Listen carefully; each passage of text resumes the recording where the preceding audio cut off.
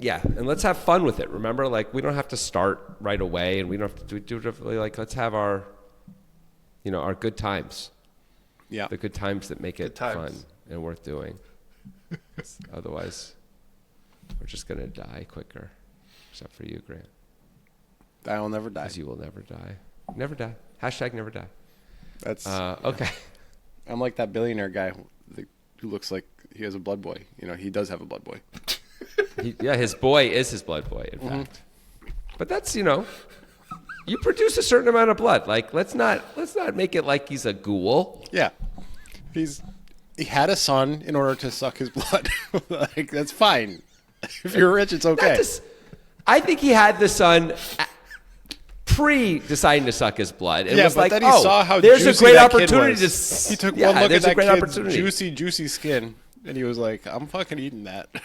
Do you think after he's been doing this now for 7 years, he's like pushing his wife to have another kid? Yeah. And what do you think her take on that would be at this point? It's like, this one's getting a little shrivelly. I'm gonna need a backup. We didn't give him good enough nutrients in the first few years, and you can tell with his hair's a little thin. The platelets. Let's do the next one right. I need better tasting platelets. I mean, I think this guy's ahead of his time. Let's be clear. Everybody can have a blood boy, for sure. We say it now like it's nothing, but dolphin president, blood children, whoever your children are, you will get transfusions from them. It's not weird. It's not going to be weird. It's not going to be taboo. Everyone's going to have a sex robot who also, changes the channel for you. These are all very straightforward things that we're just going to have, and no one's going to think anything of it. But right now, it's weird. I admit it. It sounds weird, but that's the second function that a sex robot needs. There's not going to be change the channels, you fucking old man. That's why I said it, dummy. With the clicker. I'm going to use the clicker. So I think we've already started. I feel like the beginning already happened, Chris, and you just can bring it right in that beginning of the Blood Boy discussion. I feel like that was the beginning of the show. Might as well be. So anyway, let's talk about our favorite 3 films of the last decade. Huh? Why not? Yeah, we're going to do that. Quick question. Yeah. What do you think the CEO who's trying to live forever's favorite film would be of the last decade? I mean, it's going to be a vampire movie. Those were more popular. Unfortunately for him, those were really popular about 15 years ago. There's not as many. There's like Abraham Lincoln Vampire Hunter. That's not available to him. That's probably his pick, if he could pick it. They still make basically some version of a Dracula movie like every year and a half, almost without fail, someone somewhere. I guess because it's public domain. But man, it just never ends, these Dracula movies. And it's just, let's retell Dracula with basically no twist. Again, it's going to be great. You're going to love it. Another one just came out. Caleb Landry Jones was Dracula. Yeah. There's Nosferatu from a couple years ago. And David Eggers. Sinners. My God. Sinners. Yeah. I guess a vampire movie just did some stuff at the Oscars, so there's that. Didn't win Best Picture. It did not. That's all I know. So I'm glad. Let's talk about our actual... All 3 of us have top 3 films of the past 10 years. So we're cutting it off in 2016. If it was released in 2016 or later, it counts. And something notable to me, and Jonathan and I have talked about this a lot, is I'm sorting my letterboxd by 2 separate decades, the 2020s and the 2010s, and then I have to find where to cut off in the 2010s. When I look at the 2020s, it's like, holy shit, what a dearth of fucking shit that I enjoy. I'm not sure anything that was released after 2020 is going to make my list. We'll see. It's possible. Probable, in fact. But it's up in the air, man. It's like, what's happened to us? What has happened to movies? Why have we done this to ourselves? I mean, a bunch of things happen to movies, right? Number one, streaming happened to movies. So all of the $40 million movies that used to be movies, studio movies, are now streaming movies. And those are still, I guess, count as movies. But for whatever reason, almost every $40 million streaming movie ain't that good. It's like, we're going to spend most of that $40 million on Mark Wahlberg and Rose Byrne, and they're going to be in a fun family action movie that takes place in Las Vegas again, and it feels like that's mostly what happens. Not to say none of the streaming movies are good. Of course, some of them are. In fact, one of my movies in my top 3 is a streaming movie. Mine at too. least for America. I wonder how much overlap we're going to have, and I wonder if that's the one. I'd be shocked if there's more than one movie on your and my list that is the same, and it's not mine ain't a streaming movie for that. Chris, my other prediction is producer Jones, who is going to be participating in this as well, of course, will have no movies in the top 3 that is on either of our lists. That is my strong suspicion. I would like to bet $10 on that, not knowing any of the 3 of our lists right now. If anyone wants that action. Number 1 for Jones. Did the Lego Batman movie come out in the last 10 years? Well, no, that one had, but there was a sequel. Okay. There was a sequel. It's possible. I would not take that bet because I think you're right. Yeah. Chris is either going to be like... What are the chances at some point in this podcast Chris says, chicken jockey, like that. And it's like, because the Minecraft movie's number 1 for me. Something like that. It's pretty high. I mean, It's either going to be stuff like that, or he's going to use the word auteur 14 times every time he talks about a movie. I can't tell which side he's going for. We'll figure it out. That's a great point. Yeah. I think it's going to be he like schlock. I'm pretty sure it's going to be the bad stuff. Like, Red 1, really underrated movie. The Rock was amazing. J.K. Simmons was astonishing in that movie. The second Jumanji also really good. Can't argue with the sequel. Jones actually chose to be here. He signed up for this. He did it. Why don't we start with him? Because we keep talking about him. Oh, man, you're going to start with me? Yeah. Are we going in order of like 3, 2, 1, or are we just kind of an amorphous top 3? For me, it was an amorphous top 3. I could order it, but I didn't think of it that way. Let's do an amorphous top 3 and then figure out at the end if we have any favorites, maybe. All right. Okay. Should I do the one that I know you're going to make fun of me for, or the one you can't make fun of me for? Ooh, I say start safe. Keep it safe. Yeah, right. After what you just went through, maybe you need a little bit of a bump. All right. He's like Jurassic World. You can't make fun of me on that. Did you see those dinos?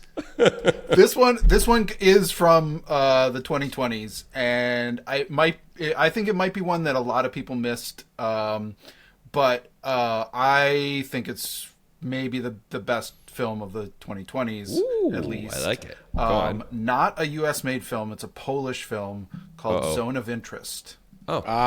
I haven't seen it, but I've heard good things.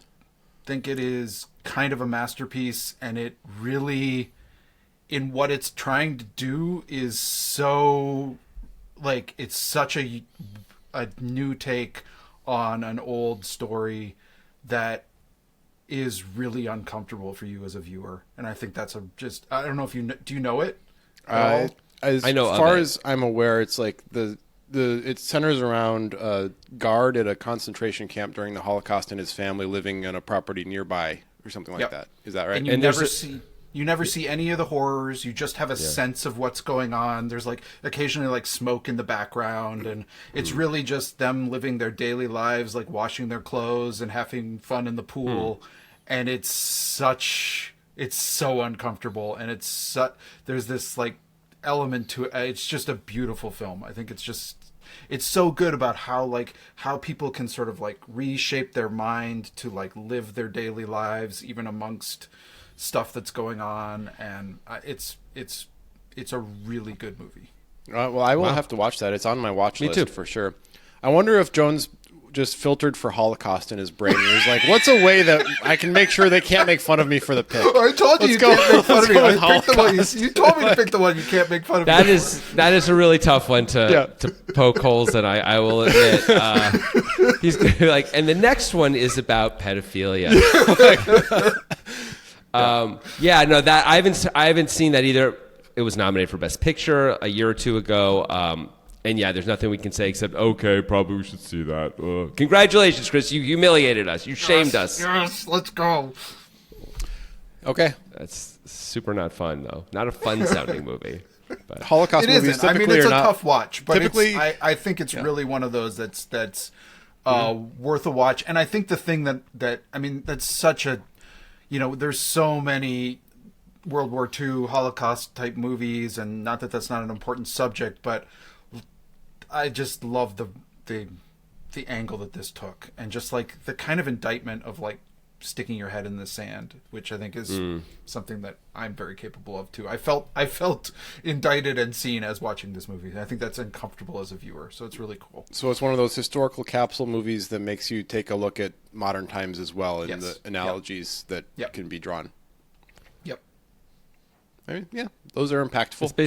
It's basically The Crucible. Right. Yeah. Okay. All right.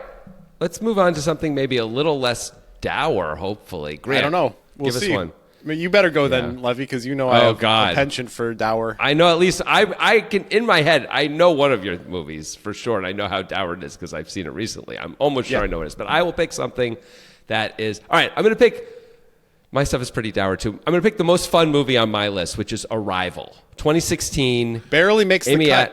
2016. Yeah, I know. Jeremy Renner, Amy Adams, Denis Villeneuve directs our alien movie, different kind of alien movie than we really ever see. It's about language. It's about communication. It's about seeing aliens as truly alien instead of the way we usually see them in movies, which is these sort of insectopod things which are always trying to kill us or something. It's a very different take and has just incredibly dramatic, powerful moments in it.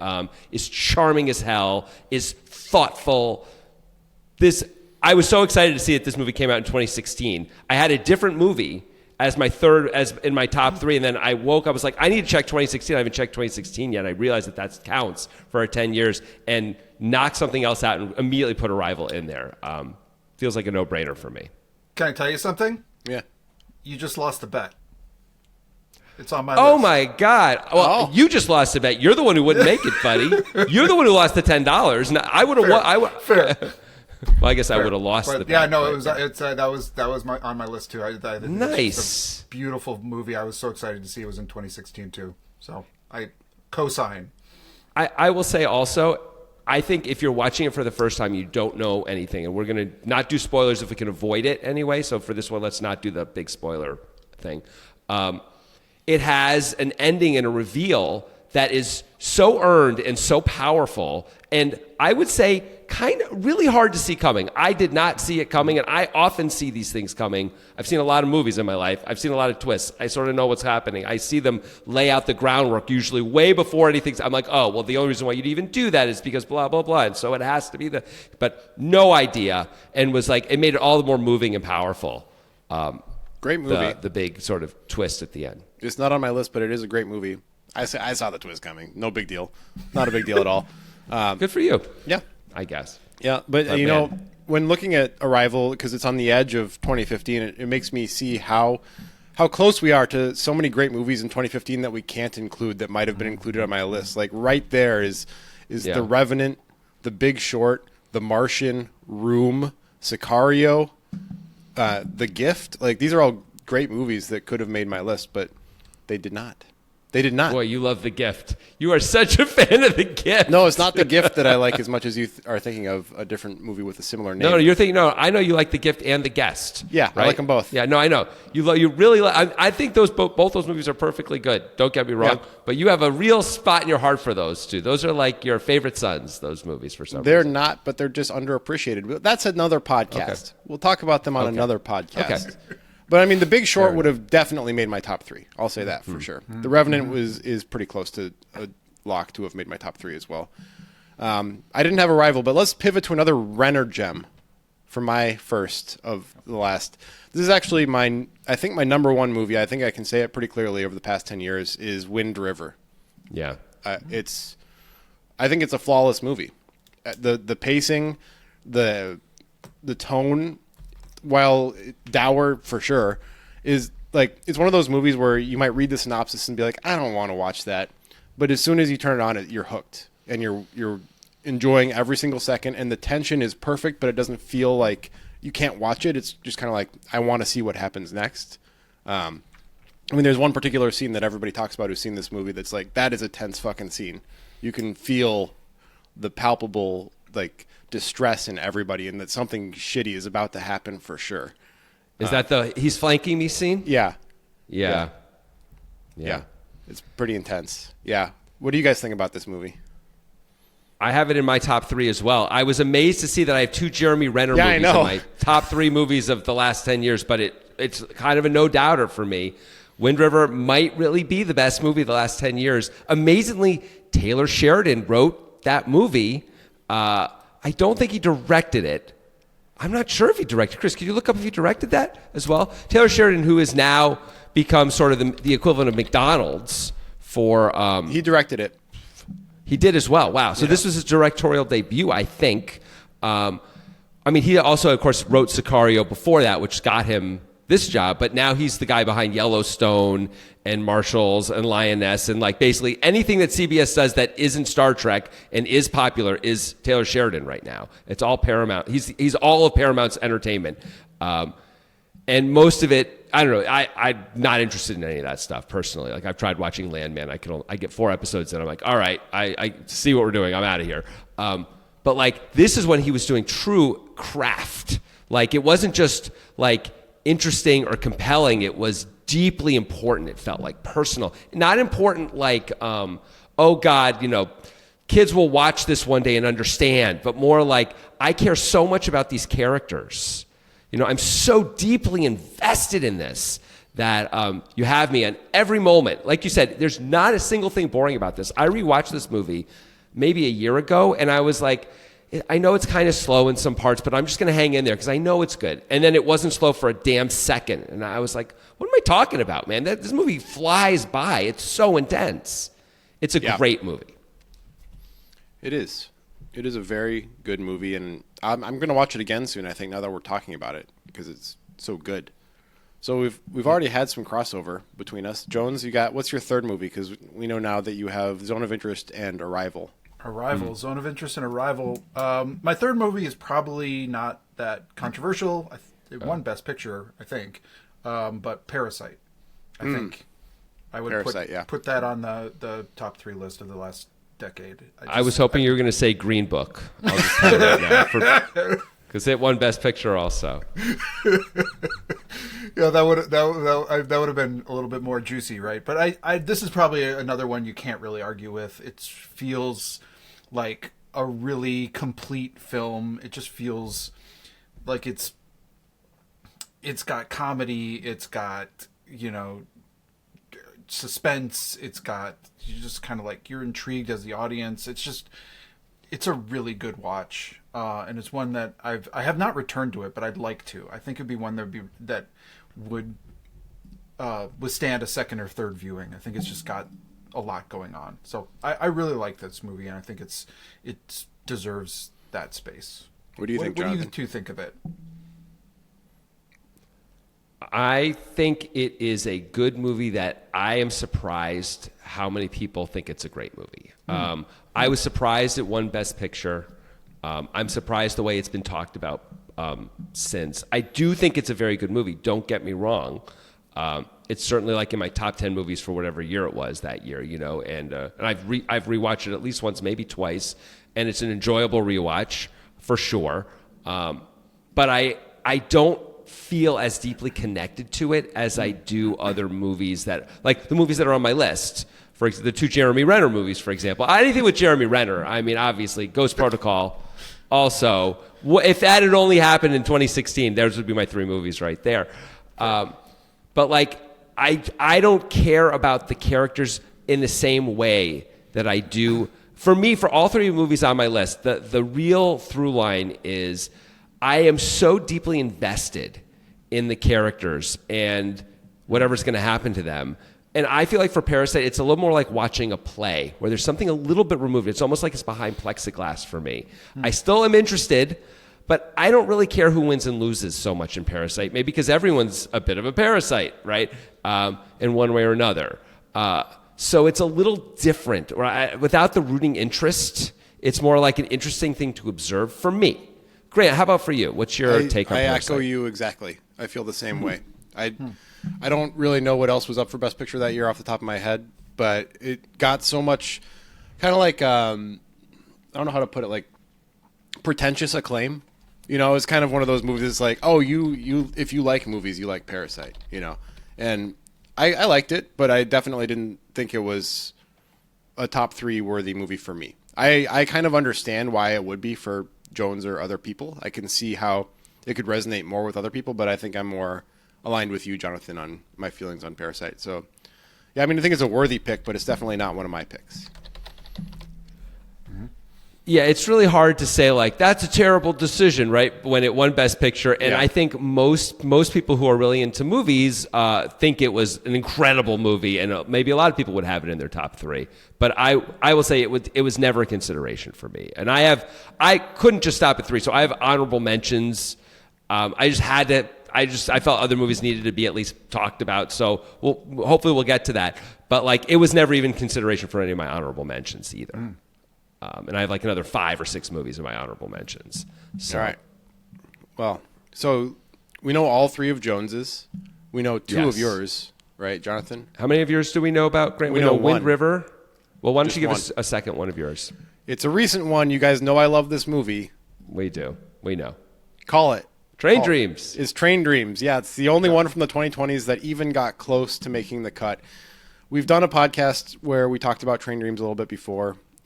So if you haven't heard that, my thoughts are that it's just like the most philosophically eloquent movie that I've ever seen. And neither of you had seen it when we talked about that. And since you've both seen it, and you've both said like, Jonathan, it's your favorite movie of the year, right? Yes, it surpassed one battle after another after watching it. It did. It is beautiful. It's an incredible experience to watch. So since I've already said my thoughts on it on another of these podcasts, and then you guys hadn't seen it yet, you guys want to talk about it a little bit, what you saw in the movie, why you enjoyed it? I mean, I thought it was the clear, of all the movies I've seen, and I've now seen, I saw some movies that were up for Best Picture that I hadn't seen the last time we talked. I saw The Secret Agent, I saw Sinners, I saw Train Dreams, I saw a bunch of them, and I saw Begonia, and this, to me, I can't believe it wasn't up for more possible Best Picture consideration. It is, in fact, it is in my honorable mentions. So like, I was considering it as a possibility for this list because it is so good, and it gets under your skin. Like it's one of those movies that you might kind of like you exit it and you're just like, that was pretty good, and then the next morning you're thinking about it, and it's like it kind of seeps in on that subconscious level, and beautifully shot. Just it really is, I think, an exceptionally good movie. I mean, I agree. It didn't make my honorable mentions, but I thought about it a lot. It was strongly in consideration for the honorable mentions. There are so many, as Chris said, subtle moments in this movie which are, I don't know, just felt really powerful and real. When I think of that movie, the first thing I think about is early on when him and what's the actress's name? Jones. Felicity Jones, thank you. They're dating, and they're already together now, but it's like their first date that we see, and they're like at a waterfall or something, and they've got a blanket laid down, and he's just laying on his back, and they're talking, and she's got her hand, and she's just like slightly rubbing his beard as they're talking, and the way she's rubbing his beard, there's so much communicated even in that, where it just feels so intimate. And like you understand their relationship, which is really important for what then happens in the movie. We need to understand it so we can be heartbroken, and we can feel his heartbreak, and we do. I think it's a really understated performance by Joel Edgerton, but I think it might be the best performance of the year. Like Michael B. Jordan won, and Edgerton was not nominated for the Oscars. And I can understand why they gave it to Michael B. Jordan. He played 2 guys.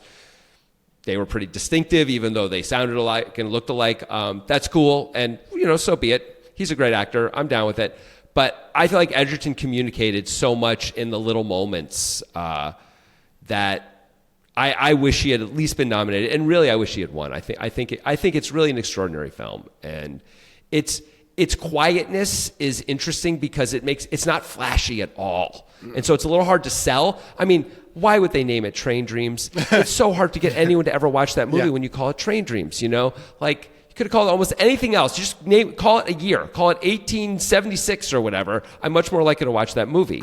I had to be sort of bullied into it by Grant to watch that movie because I was so afraid of it being dead boring. And then because you were so strong on it, Grant, I was like, all right, I'm going to put my phone down. I'm going to really focus on this. for at least a while and see how it goes. And then immediately that was not an issue. Like by focus, if you get 15 minutes in and you're focused, you're sold on it because you're so deeply invested, or I was anyway. I think it's a really gorgeous movie. The cinematography is awesome. I think about the shot of the tree falling that lands on Arn, you know, and it's like such a distinctive, almost iconic shot, even though I don't know if anyone else is talking about it. It's a gorgeous, the colors, I don't know, it's just a really incredible film and slow and not predictable. And it's not about being predictable, that movie anyway, but it's also not predictable. No. There's so many nice little vignettes in there. Thinking of Arn, like William H. Macy's character, just like incredible little conversations that he has with Edgerton's character, just like makes you reflect on your own life. It's so good. Yeah. I don't know. I'm sure you both enjoyed him making fun of the Minnesota guys too. Yes, of course. Everybody knows the Minnesota guys are the worst loggers, fucking heathens. They suck at logging. I don't know why that had to come into that film, but That's why it's Grant's favorite movie, dummy. It's not my favorite movie. I have Wind River over it, but it's okay. I've recently dug into Letterboxd, and in the 2020s, it's my highest rated movie, and it's 4.5 stars out of 5. I have 0 5-star movies. Wow. In the 2020s. Now, I only have 14 5-stars in all of the movies that I've ever reviewed, but there should be at least one in the 2020s, and Train Dreams is close. It's like, if I could get more granular, I would give it 4.75, you know, but like what we're working with in the 2020s, it kind of makes me think of when we just talked about what we were on the edge of with 2015. Like the other movies that are in consideration in the 2020s for me are not in consideration because it's like the first Dune movie, Greenland, which is like an underrated gem, The Last Duel, the Donald Trump movie, The Apprentice, which I thought was actually pretty good, but like Another Round. Have you guys heard of that movie? One Battle After Another, but nothing of that was even close for me. So Train Dreams is the only standout star from the 2020s for me. All right, who's going first on their third movie? You or me, Lovey? Let me say one other thing. Okay. Talking about why movies aren't as good now. The other thing, which I didn't mention, is most of the stars of movie production, like the writers, the directors, now make TV shows. They make prestige TV. Yeah. Like the TV is so much better than it used to be. We have The Pit now. We have A Night of Seven Kingdoms now. Those people were making movies in the old days, I think, or that kind of production and care were going into films, but now they go into TV shows. So I don't know that the overall quality of entertainment is down. It may be higher than it's ever been because TV is so good, but yeah, movies have taken a real hit as a result. I certainly agree with that. Okay, my third movie is a streaming movie. It's a Netflix streaming movie. Oh. It's from the 2020s. All right. No one's mentioned it. It's All Quiet on the Western Front.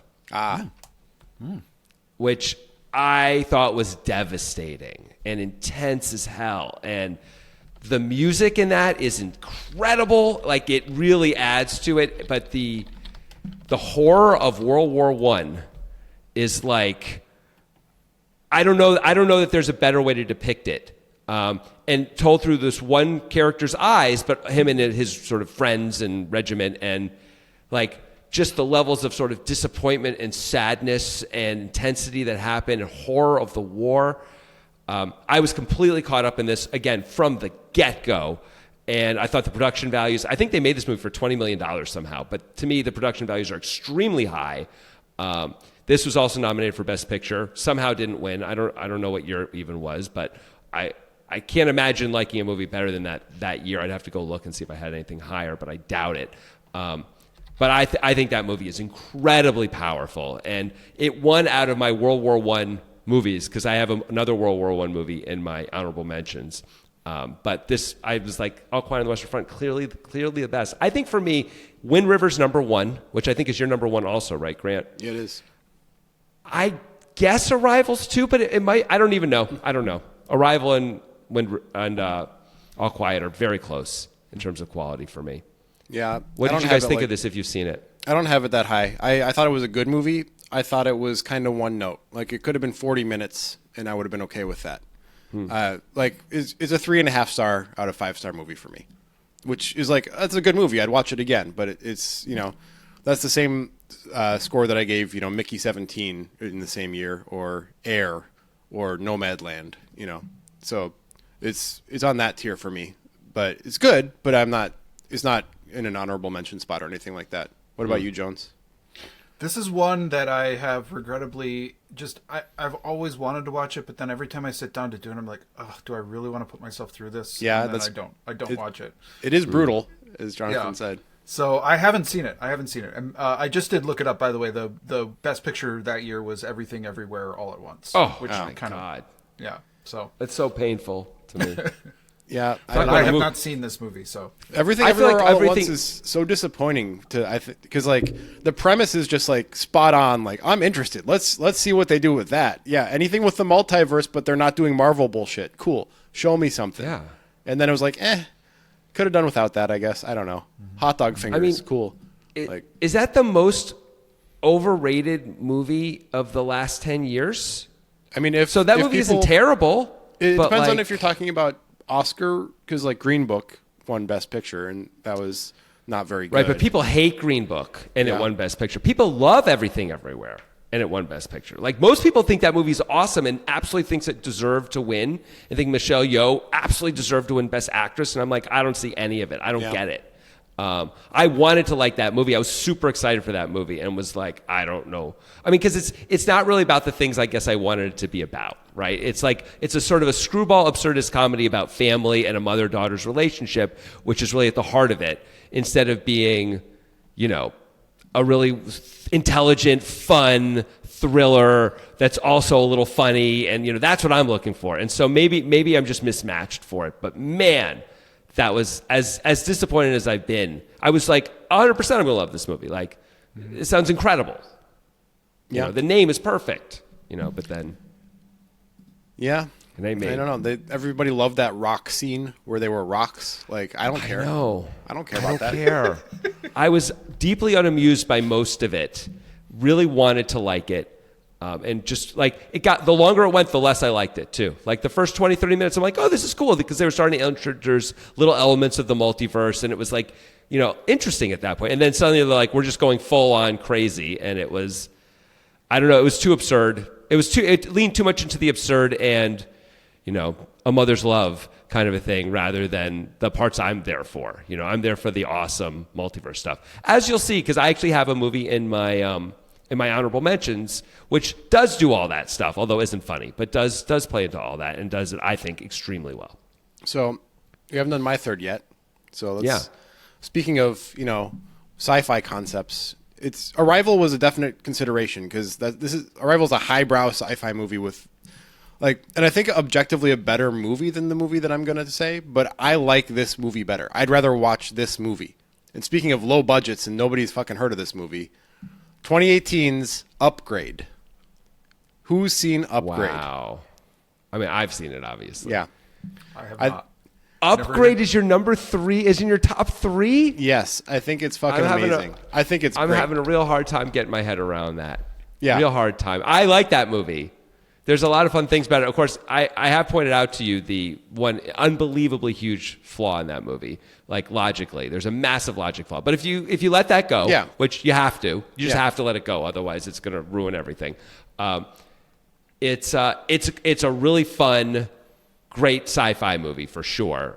But I am shocked that it's like really shocked. I don't rank movies understand. based on how much I enjoy them, not how how much I feel like other people will think that they're good. Basically, I think it's well But you done. have Train Dreams is in your top 3. Like, yeah, I know. I enjoy Train Dreams. I enjoyed it. You also had Begonia. Last time when we talked about movies, you were saying Begonia, and there was a third movie this year you thought like 3 of the best movies of the last 20 years. No, not of the last 20 years. I was saying they were like reviving movies for me. I was thinking things were getting a little better. One Battle After Another was the other one, which is that was the other. You think this is better than those 2 movies? Better than One Battle? I do. Wow. Yeah. Now I am better is a strong flabbergasted. word. It's more favored by me. It's a really fun sci-fi AI concept, kind of before AI really took over the world in 28. So it was 2018, with really cool, like good fight scenes, which is not usually stuff that I care about, but they do a really good job with it. Essentially, this guy gets like an AI upgrade, even though he's a Luddite, but he gets like an AI upgrade and he's got dealing with all of this trauma of a AI car crash that killed his wife, etc. And it goes in directions, and there's twistiness and stuff, and I think it's really fun, and I think it's really good. It's Upgrade. It's number 3, but it's the clear number 3 after Wind River and Train Dreams. Wow, the clear number 3. Yeah. Well, no, it's not clearly the third best. It's clearly below those other 2, is what I'm saying. Oh, the third okay, spot is I could easily fit Arrival into this spot and be totally happy with putting Arrival here, but I think I like Upgrade better. I enjoy it more, so I'm going with Upgrade. Wow, that is. Somehow you said the most shocking thing so far. I did it. And Chris Jones is participating in Well, this he podcast. just took the Lego movie out because we talked about it earlier. It's true. It is was at the top. What was the one you thought we were going to dislike and disagree with? I you on? honestly Was it thought Arrival? you were going to make fun of me for Arrival. So I was sort of surprised that you had it. Really? Yeah. Oh, Arrival's an all-timer. Let's come back to let's get back to what we're talking about though. There's even so many other like fun science fiction movies that I feel like are at least basically right on the same level as that. Like one that comes to mind right away, about a year old, is Companion, which is a great AI, Haven't seen it. bot type movie. Really fun, has a similar vibe to it. Not exactly the same, of course. I don't know. I would guess probably Upgrade is better, but it's close. And I feel like there's lots of movies that are more or less in that general area. I guess it's just not nearly as high for me, so that's why, right? It just hit me in the right place. It just got me. Wow. Some of the fight scenes are awesome. That's the guest of the last 10 years. That's what that is. There it is. The fight scene, Logan Marshall Green, who's the star in this movie. So there's a part where he has to fight a guy, but he doesn't know how to fight, but the AI knows how to fight. So the AI uses his body to fight, and he doesn't do anything, and so it moves really weird doing it, and he does that a few times in the movie, and all of that is him actually just acting. There's no CGI, there's nothing else. It's just him doing it, and it's almost hard to believe because it looks so unnatural as he beats a guy up doing that, but it's all just him. It's really cool. Yeah, I mean, it's worth watching, even if you think it's not going to be one of the best movies of the past 10 years. Jones, you should watch that movie if you enjoy. I've got it on my list now. I will watch it. I'm going to rewatch Wind River too, because I saw that, but I don't think I hold it as in a high esteem. But maybe I need to check it out again. I will say for me also with Upgrade, the fatal flaw of the movie, which is just a plot hole. There's the plot hole is so big and so problematic for me that it really kills some of the momentum of the movie. Only upon reflection. I didn't realize it the first time I saw it, but then I saw it a second time, I'm like, wait a second, but da-da-da, and da-da-da, then this would mean da-da-da. And it's not that I wouldn't enjoy rewatching, because it is a very fun movie anyway, but it does knock it down for sure, a number of notches right there. A top 3 movie of the last 10 years just can't have a plot hole that big. Yeah, I'm less of a zone of interest about that than you. Yeah. You're not an auteur. I'm not an auteur, no, and I refuse to use the word in a serious manner. I'm never going to say auteur and mean it. I'm only going to say it in order to make fun of people who say it. Auteur is just the word author, but pronounced with a French accent. Yeah, but everyone knows that, but colloquially been adopted. Who? In France, they'd be like, and who was the auteur of the Bible? Right? No one knows. That's how it's used, I believe. That's exactly how it's used. All right, you guys want to talk some honorable mentions? Oh, God, please. Let's talk we should some probably honorable limit mentions. ourselves to not doing 50 honorable mentions, because I could go forever. I have five honorable mentions. I separated them by genre. So I have one from 5 different genres.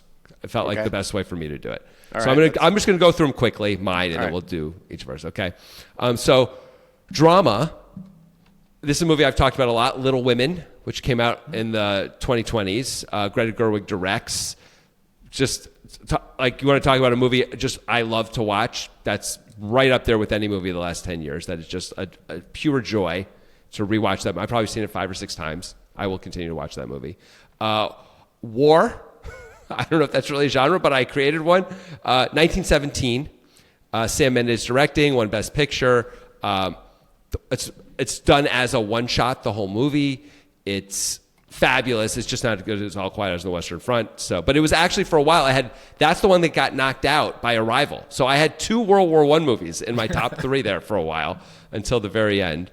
Documentary, the movie The Rescue, which is about the is it the soccer team? The Thai. Yeah, their soccer team. That's right. The Thai soccer team, where somehow they have footage of everything. They have footage from inside the cave. They have footage from all the divers. So it's just, you get every piece of real shots, and it's unbelievable. So that's that's the best documentary I've seen, I think, in my life. Thriller, this also came very close to making the top 3 for me. Get Out. For me, if we're going to do a thriller, way better, way ahead of Upgrade, for example, for me is Get Out. It's so deeply thought out and fun and interesting and captures everything I want in a thriller. Why'd you have to shit on my movie in promoting? I'm sorry.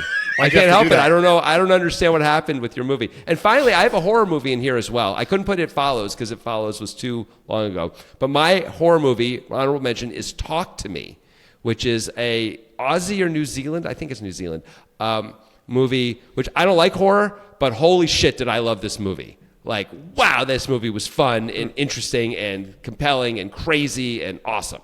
So that's my 5 honorable mentions. Okay. I'll check out some of those that I haven't seen. Mine are certainly not by category. I'm not that sophisticated. But one of them's got to be One Battle After Another. I think it was a deserving Oscar winner, even though I like Train Dreams better. I thought that was a good movie. And it felt a little bit like the Scorsese situation. Paul Thomas Anderson was getting the Oscar for his The Departed instead of his actual best movie. But whatever. That's fine. So One Battle After Another is definitely in the honorable mentions. I think it's the only one from the 2020s that I can even put close to the honorable mentions. Uncut Gems is an honorable mention for me. That's just... Everybody knows that's a fun movie. Unless you really get stressed too easily, then you probably shouldn't watch Uncut Gems because it's a very, very stressful movie. I'm going to say Arrival just because that was borderline. Even though we've already talked about it, I've got to include Arrival in my honorable mentions. And I think I had one more, but I'm still searching for it. I can't remember what it was. Is that professional of me? Not. Oh, no. This is one that you're going to be like, oh, you love that movie. But whatever, I do. Only the Brave from 2017. The story of Outland firefighters who become hotshots. And it's based on a true story. Josh Brolin, Miles Teller. Fantastic execution. Movie will make you cry. And if it doesn't, you have no heart. Those are my honorable mentions. You just cry now a lot because you have daughters. I'll do one more honorable mention because we haven't talked about any comedies yet. But this movie produces so much fun and musical joy as well. Pop Star came out in 2016. Wow. Never Stop, Never Stopping. That's a fantastic musical comedy that is really just a joy. It's just a pure joy movie. I love that movie. A lot of fun. I know you like that one too, Jonathan. I do. I think we saw that together in the movie theater. We did, yeah. That's true. Yeah. That is a very fun movie. I wouldn't consider it, but whatever. That's cool. I appreciate that. I don't even know what comedy I would consider, so I guess it would have to be somewhere in there. I haven't seen 3 of yours, Grant. I haven't seen Upgrade, Only the Brave, or Pop Star. So I guess they're all on my list now. They're all worth watching, I promise. So maybe this is the time where you get to make fun of me. I hope so. I can't wait. I can't fucking wait. I do have... So my honorable mention does include Train Dreams. I also have 5. Does include Train Dreams. The other 4 are Sound of Metal. Oh.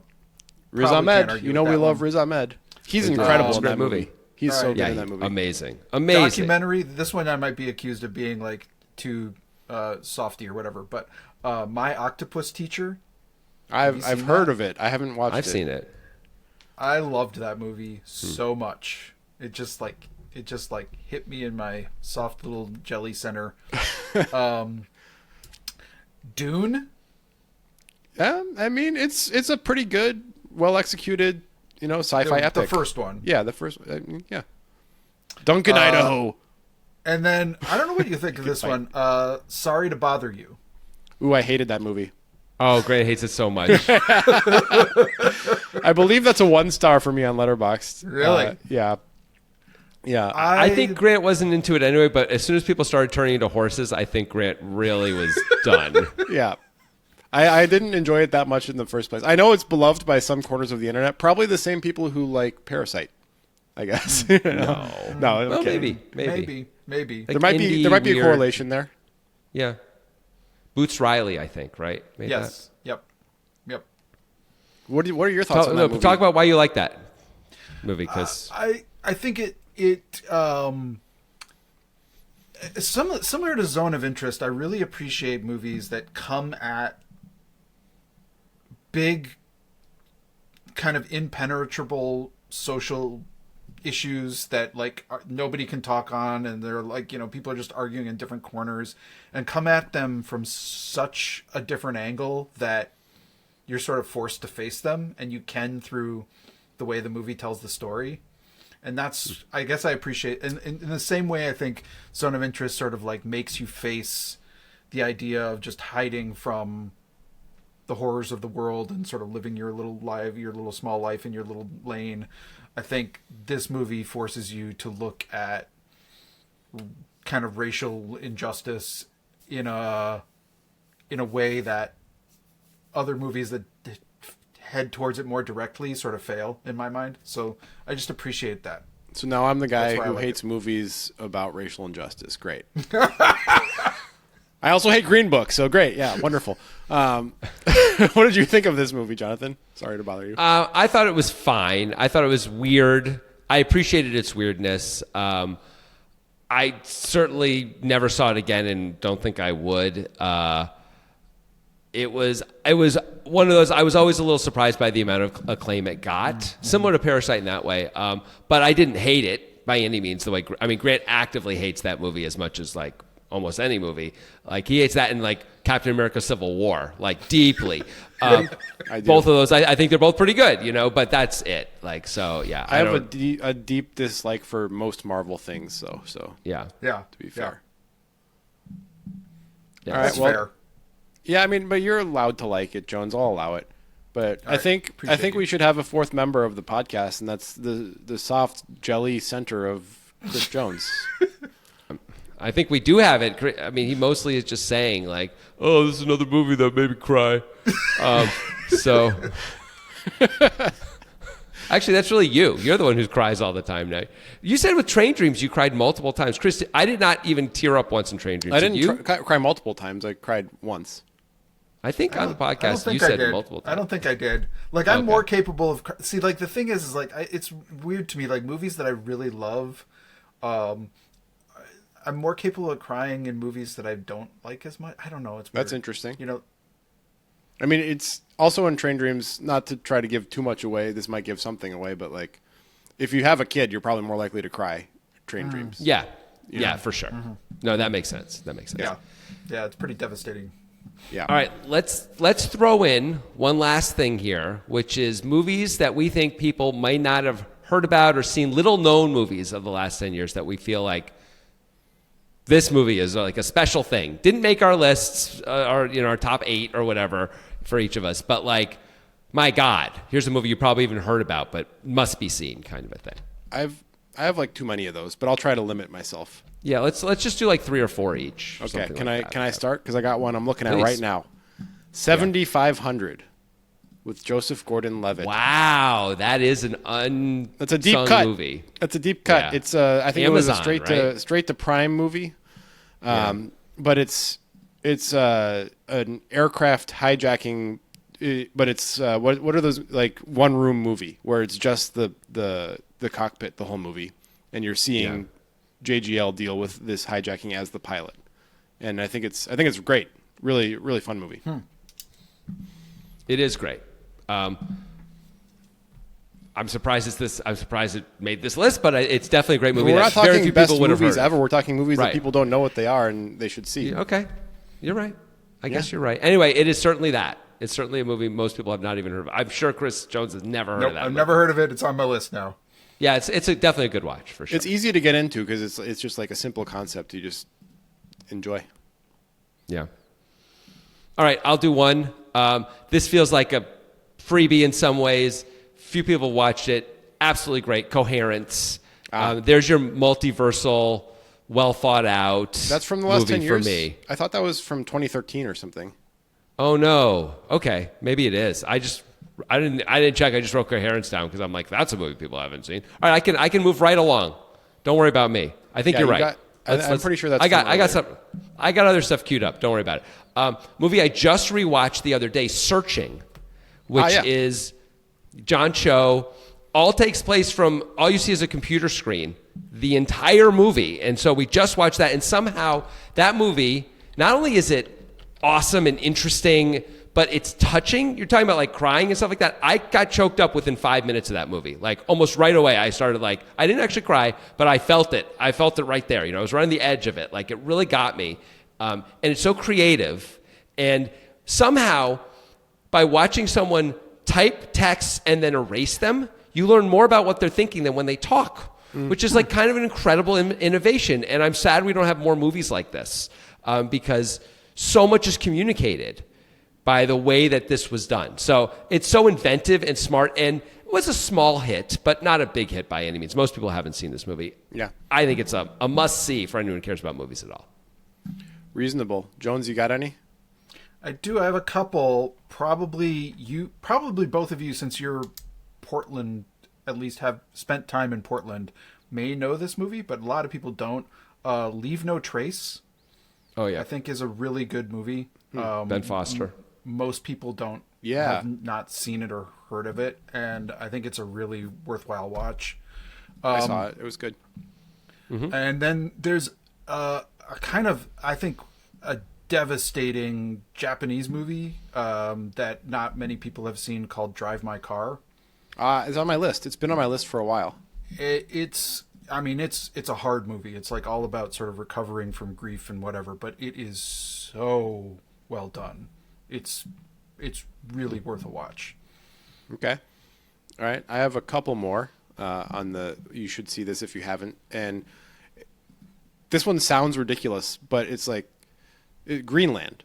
It's a Gerard Butler disaster movie. But I think it's the best disaster movie I've ever seen. I don't think disaster movies are typically very good. But Greenland featuring Gerard Butler, I went into it with eyes wide open thinking, this is going to be bad. I'm not going to like this movie, but let's give it a try. And I was like, shit, this movie's good. They're doing a really good job of showing the stress of the situation, of what this type of disaster how it would unfold. I thought it was quite good. And I think if you enjoy disaster movies at all, it should be seen. And Another Round. Have you guys seen Another Round with Mads Mikkelsen? Mm-hmm. Yeah. I have not. So it's a European movie. I don't know exactly which country produced it, but they're Scandinavian in some way. I can't even remember which one. But and there's like Mads Mikkelsen and other guys of his age are all having some versions of midlife crises, and they kind of latch onto this philosopher who believes that you do everything a little bit better if you've had 2 to 3 drinks, and then maintain that level of alcohol intoxication throughout the day. So they all decide to do this together, to try to actually all stay at the 2 to 3 drink level of alcohol intoxication. Obviously, things go off the rails in different ways, but I think it's a well-executed, well-done movie, and I enjoyed it. And one more that I think a lot of people haven't seen, maybe because they don't want to because of the current political climate of the world, but The Apprentice from 2024, the Donald Trump early years sort of biopic. I don't know. I think it's like the performances are very good, in particular Jeremy Strong as Roy Cohn. Not Roy Cohn. What's that guy's name? Cohen? Whatever. The lawyer, the initial lawyer for Trump. Sebastian Stan does a good job as Trump as well. I thought it was really good and really fun also. Well done movie. I've not seen that. Yeah. Neither. All right, here's 2 others for me. One of them actually just made it to Netflix, so it's really easy to watch right now. It's Blackberry. That is like just an electric business movie. Jonathan loves so a business fun. movie. I mean, you like The Big Short, right? I mean, do. I think it's not the same as The Big Short, but it has a lot of the same energy as The Big Short, and I think the performances are awesome. That's the movie where I was like, oh my God, Dennis from It's Always Sunny is a good actor, like for real. Yeah. Like I didn't know this, like he's great in this movie, like amazing in this movie. And that movie is just really fun and really interesting and all true. And then the other one is a thriller, Also Netflix, a straight to streaming Netflix movie from a few years ago called It's What's Inside, which is a body hopping movie that is just fabulous, like super fun, really well done. You feel like it's a film. They do lots of cool film techniques that you don't normally see that like add to it and like just make it fun and interesting to watch. And like the story is told really interestingly, and it's such a great premise and delivery on the premise. Highly recommended. Easy fun watch. Like I think it's better than Upgrade for sure. For me. But like, how dare definitely, you? if you like Upgrade, why watch every What's time, Inside. every movie you're like, you know what? I saw Schindler's List. It was better than Upgrade. I mean, it was. Yeah. Schindler's List is better than Upgrade. I agree, but unfortunately, it came out in 1993, so it couldn't make the list. The question is, what other movies this year are going to be better than Upgrade? Will Supergirl be better than Upgrade? Will the Mario Galaxy movie be better than Upgrade? Might be. You never know. Things can surprise you, like Greenland. Greenland can surprise you. So can the Mario Greenland Galaxy movie. was good. Yeah. I saw Greenland because of you, Grant, because you told me to, because Yeah. you said all the same things to me years ago, and I watched it, I was like, God damn it, that was great. And I never watched Gerard Butler movies, because why would I, is my general take on that. But that movie was really fun and really good. I think a really big deal in that movie is they didn't make him do an American accent. It helps a lot. He got to do just his normal, I'm a guy from Scotland, I think, accent, and not have to do a terrible American accent, which Gerard Butler is just the fucking stone worst at an American accent. It sounds like he has peanut butter in his mouth whenever he tries to do it. It's amazing. They're also not doing like action. It's more thriller than action. Yeah. So like he doesn't get into like lots of fights. Like maybe there's like one or two like scenes where they have to be violent, but he's not like getting violent a lot. There's no character backstory where he has like prowess as a fighter. He's just a guy, right? Like it's more like, we have to get out of here, and I may have to run somebody over to do it. Oh God, okay, we did that. That's awful. It's more like that, which is great. Like that's how I like my action thriller movies. Not the guy who's the best at everything and then just is and never loses a fight, essentially, or like is never going to lose a fight. It feels like there's no stakes and it's not interesting. Like every Jason Statham movie, more or less. Every The Rock movie, more or less. Stuff like that. Like I don't care because I feel like I already know how it's going to. Not just the movie's going to end, but every scene's going to end. Like The Rock is contractually not allowed to lose a fight. Like what the fuck? Yeah. Actually, that's Jason Statham and Vin Diesel, not The Rock. But still, the point is the same, right? Like I can't care. All right, we've done it. We've done movies. I have one more honorable mention before we go. All right. Let's hear it. And this one you can't argue with because it stars Dame Judi Dench, Idris Elba, Jennifer Hudson, Ian McKellen. I mean, just like an all-star The cast. Avengers? Cats. Oh, come on. You don't mean it. I was trying to figure out which movie had all those people, and I was like, it's not James Bond anymore. Dame Judi Dench, I thought you were going to say Skyfall, and I was like, that movie wasn't very good. But Cats. Well, I'm sure none of us have seen Cats. Nope. I have not. But it is one of the lowest rated movies of all time. Yeah. So because they trying gave to the open cats door for buttholes, right? That was a problem. That is one of the many, many issues with that movie. Tom Hooper, who I believe had won an Academy Award for Best Director, I don't know if he's really ever worked again since that movie. I mean, I think it was that bad. If he has, he's probably working, but he's probably working on very small things instead of like all the big budget stuff from before. Like that's wild. That one movie can really kill your career if you fuck it up bad enough. And apparently he did. Someday we'll come back and do movies that are not like Cats, but movies that we think are really terrible, but the world thinks is great. That'll be another podcast someday. I like that. We had one that we started today, so yeah, we'll keep a note of these. Which one? Well, Everything Everywhere. At least we thought that was highly overrated, right? Yeah, I didn't. No, that's not like a 1-star movie for me. It's just No, like, it isn't. No, I agree. It's not 1 star. Not a 4.5-star movie for me though. But most overrated is a great idea. Yeah. Like I like that a lot. And Everything Everywhere certainly is in that list. Is on that list for me. Yeah.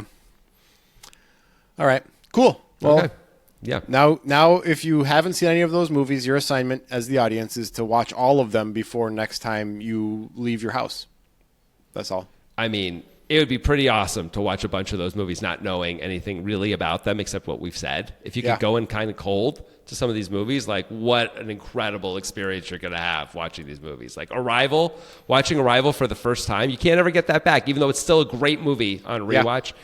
The there's certain things that happen that it's like the Matrix, you can't only watch the Matrix once if you don't know the twist, and once you know the twist, you still love the movie, but you watch it differently because you understand what certain things mean, right? Fight Club. Same thing there. Yeah. Right. Still great though. Yeah. All right. Well, thanks, guys.